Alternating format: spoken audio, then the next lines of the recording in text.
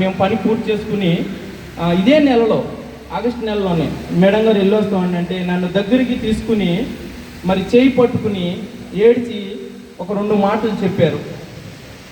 Office బాయ్ని సురేష్ని దేవుడు తీసుకున్నాడు, driver సుధీర్ని దేవుడు తీసుకున్నాడు, నన్ను తీసుకోలేదు. వాళ్ళను ఉంటే దేవుడు వాళ్ళని ఉంచితే వాళ్ళు సార్ని బాగా చూసుకునే వాళ్ళు నన్ను తీసుకుని ఉంటే అని నాతో ఏడ్చి అన్నారు ఆ మాట.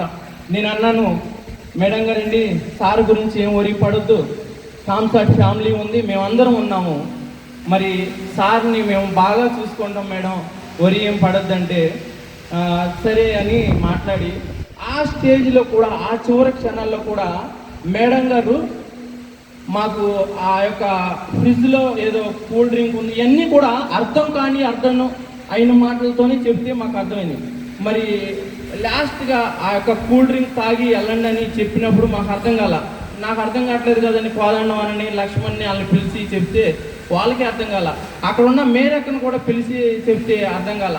కానీ ఆక్సిజన్ పైపుని తీసి లెగలేని స్థితిలో కూడా మేడం గారు ఆ స్టేజ్లో వెళ్ళి ఫ్రిడ్జ్ తీసి ఆ మజా బాటిల్ తీసి ఈ కూల్ డ్రింక్ తాగి వెళ్ళండి అని అదే ప్రేమను మాకు 25 సంవత్సరాల క్రితం ఏ ప్రేమను వ్యక్తపరిచారో అదే ప్రేమను చివరి క్షణాల వరకు కూడా ఒక యజమానురాలుగా ఉండి తన దాసులని ఏ విధంగా ప్రేమించాలో మరి అంతే ప్రేమను మా మీద వ్యక్తపరిచినందుకు నిజంగా పాదాభివందనాలు తెలియజేస్తున్నాను.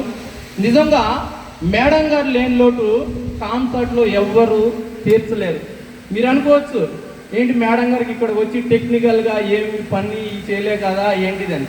కానీ బైబిల్లో ఒక వాక్యం ఉంది, ఎడతెగక ప్రార్థన చేయుడి, ప్రతి విషయమందు మీరు కృతజ్ఞతాస్తుతులు చెల్లించుడి. నిజంగా నేను మేడం గారితో ఒక్క రోజును మాత్రమే ప్రార్థనలో పాల్గొన్నా. 9:30కి మొదలు పెడితే ప్రార్థన 11 గంటలకు అయింది ప్రార్థన. నిజంగా కామ్సాట్ గురించి ప్రార్థన మేడం గారు గంటల కొద్ది ప్రార్థన చేస్తారు. ఆ ప్రార్థన వల్లనే ఈ స్థితిలో ఉందని మేడం గారు అనేక సార్లు మాకు తెలియజేశారు. అంతేకాదు మరి ముఖ్యంగా మరి ఆ చివరి క్షణాల్లో కూడా ఆ ప్రేమను చూపిన విధానాన్ని బట్టి మేము ఇంకా ఎంతో సంతోషిస్తున్నాం. మేడం గారి గురించి ఎన్ని చెప్పినా తక్కువే. మరి మేడం గారి ఆత్మ మరి దేవుని సన్నిధికి చేరిందని మేము నమ్ముతున్నాం, శాంతి ఉంచాలని ప్రార్థిస్తున్నాం. అంతేకాదు మరి మేడం గారు పిల్లలు మరి మనవరాళ్ళు మనవాళ్ళు బంధుమిత్రులకు ఓదార్పుని మరి దయచేయాలని, సార్కి మంచి ఆరోగ్యాన్ని దయచేయాలని ఆ దేవుణ్ణి ప్రార్థిస్తూ సెలవు తీసుకుంటున్నాను.